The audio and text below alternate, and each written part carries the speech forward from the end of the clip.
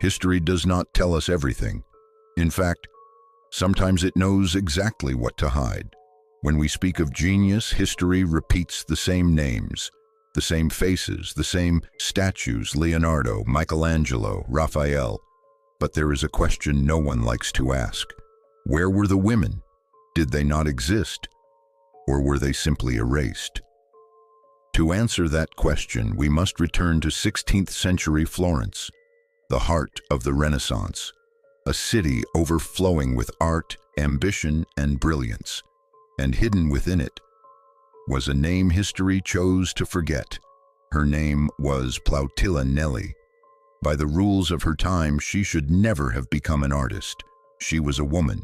She was a nun. She could not study anatomy. She could not train under a master. She could not leave the convent walls. Every path to greatness was closed to her, and yet she painted, not small sketches, but monumental works. She became the first woman in history to paint the Last Supper, a fact that alone should have changed art history, but it didn't, because history does not easily make room for women who defy it. Plautilla Nelli spent her entire life inside a convent. Those walls protected her, and at the same time concealed her. She had skill, she had commissions, she had talent recognized by her contemporaries, but she did not have fame, because fame belonged to men. Many stories of genius survive through time, but the most dangerous stories are the ones that were silenced, because they reveal an uncomfortable truth. Talent does not disappear, it is made invisible. This is not just the story of a nun who painted. This is the story of how history chooses who to remember and who to forget. Who was Plautilla Nelli? How did she learn when learning was forbidden? Why were her works hidden for centuries? And why are we only rediscovering her now, 500 years later? The answers begin here. And if this story has already caught your attention, stay until the end, because sometimes the greatest secret in history is a name that was never meant to be heard. Plautilla Nelli was born in Florence in 1524, at the very center of the Renaissance. This was a city where art filled the streets. Workshops echoed with the sound of chisels and brushes. Genius was everywhere, but not for everyone. From the moment she was born, Plautilla's future was already narrowing. She was born into a respectable merchant family, but like many girls of her time, her life was not expected to unfold in public spaces. No academies, no apprenticeships, no recognition. And at the age of 14, her path was sealed. Plautilla was sent to the Dominican convent of Santa Caterina da Siena. This was not an unusual fate. For many families, convents were places of safety, control, and obedience. But for a young girl with a restless mind, they were also places of silence. The convent walls were thick, cold, unmoving. Once inside, Plautilla could not leave freely. Her world shrank to corridors, prayer halls, and narrow windows. Yet inside those walls, something extraordinary began to grow. Plautilla showed an intense curiosity. She observed everything: faces, gestures, light falling across stone floors. She had no formal training. She was forbidden from studying anatomy. She could not observe nude models, a fundamental part of Renaissance art education. And yet, she learned. How? Through devotion, through memory, through copying. She studied religious images. She memorized engravings made by male masters. She absorbed art through books, illustrations, and fragments of knowledge smuggled into the convent. Every brushstroke was an act of resistance. While male artists learned from living bodies, Plautilla learned from imagination. While others were taught by masters, she taught herself. Soon her talent became impossible to ignore. Other nuns noticed, visitors noticed, the convent noticed. Plautilla was encouraged to paint religious works, acceptable subjects for a woman and a nun: Madonnas, saints, scenes of devotion. But within these safe themes, her skill quietly exceeded expectations. Her figures carried weight, emotion, presence. This was not hobby painting. This was mastery in the making. Inside the convent, Plautilla slowly built something radical, a small artistic workshop run entirely by women. She taught other nuns to paint. Together they produced artworks for churches and private patrons. And this is where history shifts. Plautilla Nelli became one of the first women in Florence to receive commissions as an artist. From inside a convent, in a world that believed women should not create at all. Her early life was not defined by freedom, but by constraint. And yet, those constraints sharpened her focus, because when the world gives you nothing, every opportunity becomes precious. What Plautilla created next would challenge everything her society believed a woman could do, and it would make history uncomfortable. Plautilla Nelli did not become an artist the way artists were supposed to. She had no master, no academy, no studio filled with models and assistants. Everything that defined Renaissance artistic training was forbidden to her.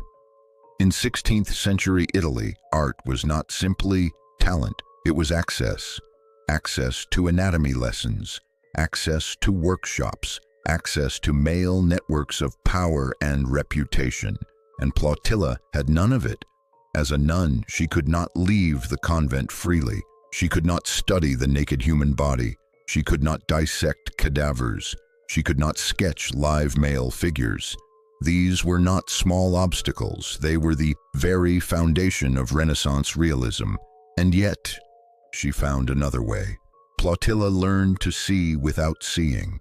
She studied engravings, black and white prints made by male artists.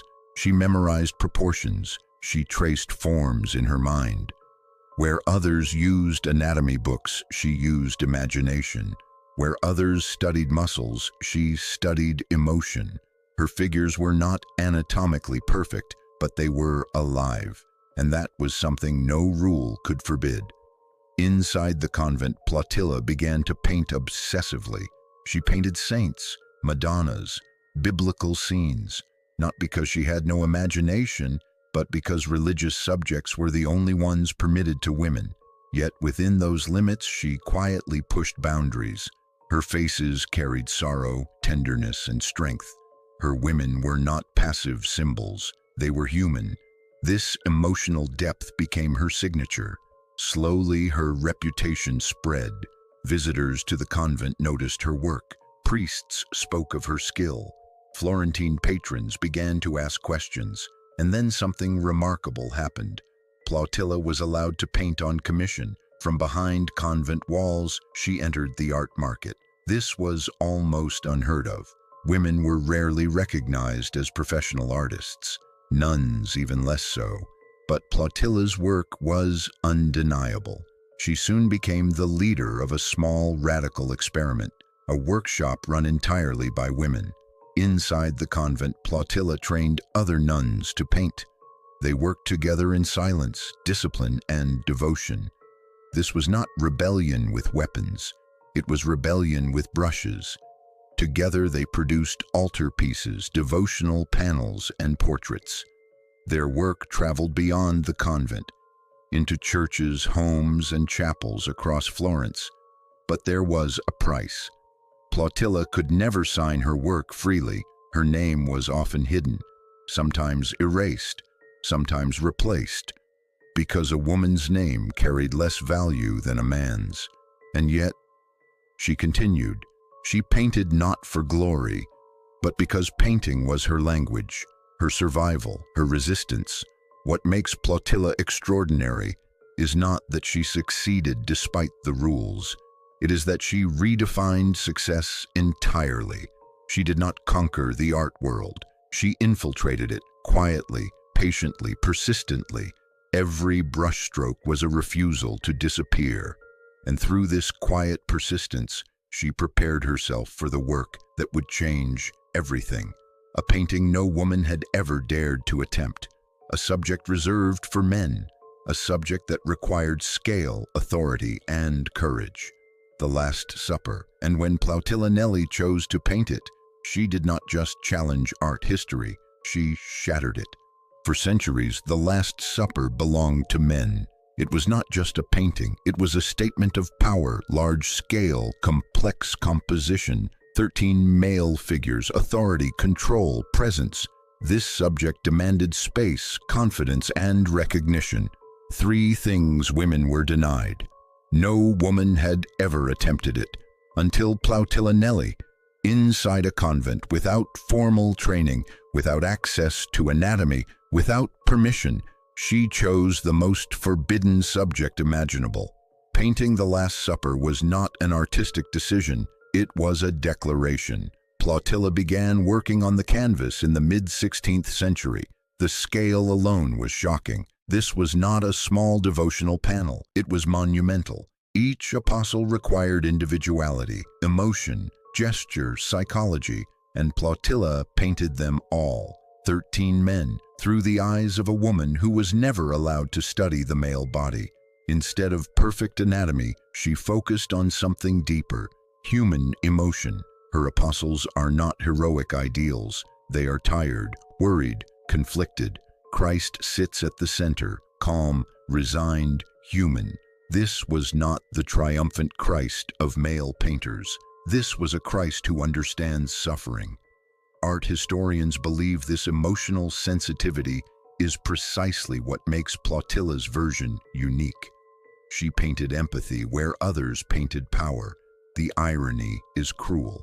Plautilla achieved what women were told they could not do, and yet the world refused to see it. After completion, the painting remained inside the convent. It was never displayed publicly, never celebrated, never compared to the great masters. For centuries it hung in silence. Dust settled, paint darkened. History moved on. Leonardo's Last Supper became legendary. Plautilla's was forgotten, not because it lacked quality, but because it lacked permission. And then, nearly 450 years later, something extraordinary happened. Art historians rediscovered the painting. During restoration, Plautilla's signature emerged, a woman's name, long hidden, finally visible. The restoration revealed details no one had seen before: the careful hands, the emotional restraint, the quiet dignity of the figures. Suddenly, history had to confront an uncomfortable truth. The first woman to paint The Last Supper had been erased, not lost, erased. Today, Plautilla Nelli's Last Supper stands as more than a masterpiece.